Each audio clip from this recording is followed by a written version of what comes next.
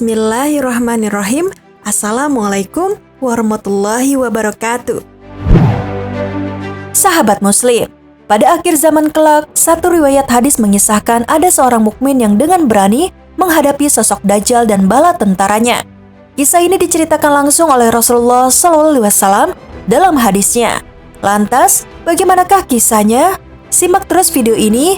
Namun sebelum lanjut ke videonya, silahkan tekan tombol subscribe dan tombol lonceng di bawah ini sebagai bentuk dukungan kalian agar channel ini tetap terus menyebarkan informasi seputar Islam. Dan terima kasih untuk yang sudah subscribe. Sahabat Muslim, di akhir zaman, sebuah riwayat hadis menceritakan tentang seorang mukmin yang melawan Dajjal dan bala tentaranya. Hadis tersebut diriwayatkan oleh Imam Muslim yang kemudian dikisahkan dari Abu Sa'id Al-Khudri radhiyallahu anhu.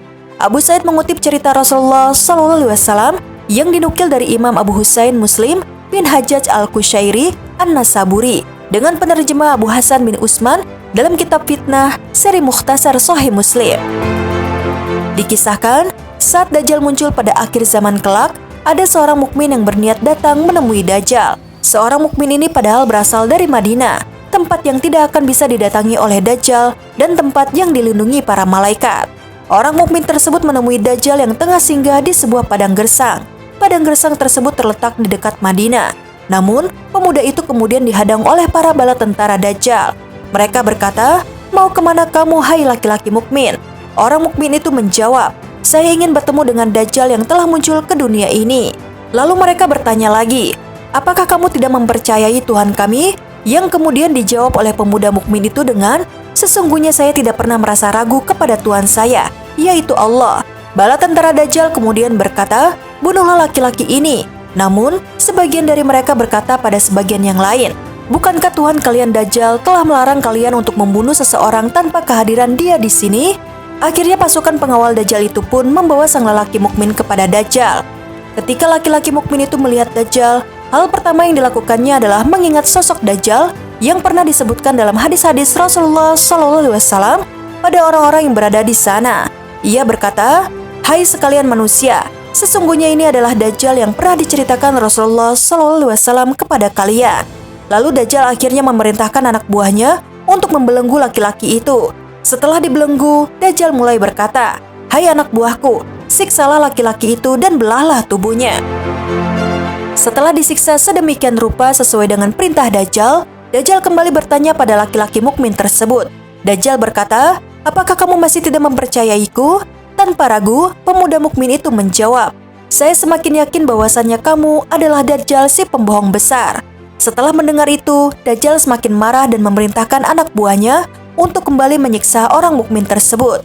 Siksaannya lebih kejam dari yang ia perintahkan sebelumnya. Lagi-lagi Dajjal bertanya, "Apakah kamu akan mempercayaiku sebagai Tuhan?"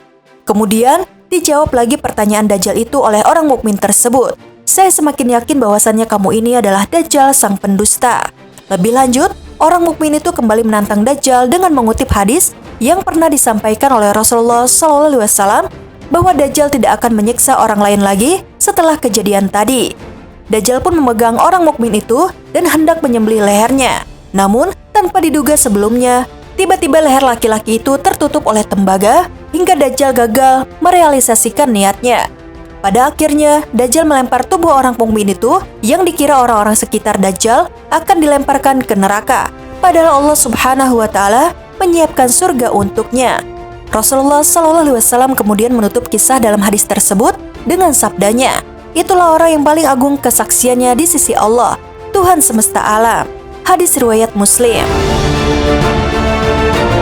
Hadis tersebut menunjukkan bahwa senjata paling utama dalam menghadapi segala bentuk fitnah Dajjal pada akhir zaman kelak adalah penguasaan ilmu agama diiringi dengan iman yang kuat. Terbukti, pemuda dalam hadis tersebut adalah seorang penuntut ilmu agama karena sudah pernah mempelajari hadis mengenai peristiwa tersebut. Sahabat Muslim, demikianlah kisah seorang mukmin yang berani menghadapi Dajjal di akhir zaman nanti. Semoga kita semua diberikan perlindungan dari fitnah Dajjal. Amin ya rabbal alamin.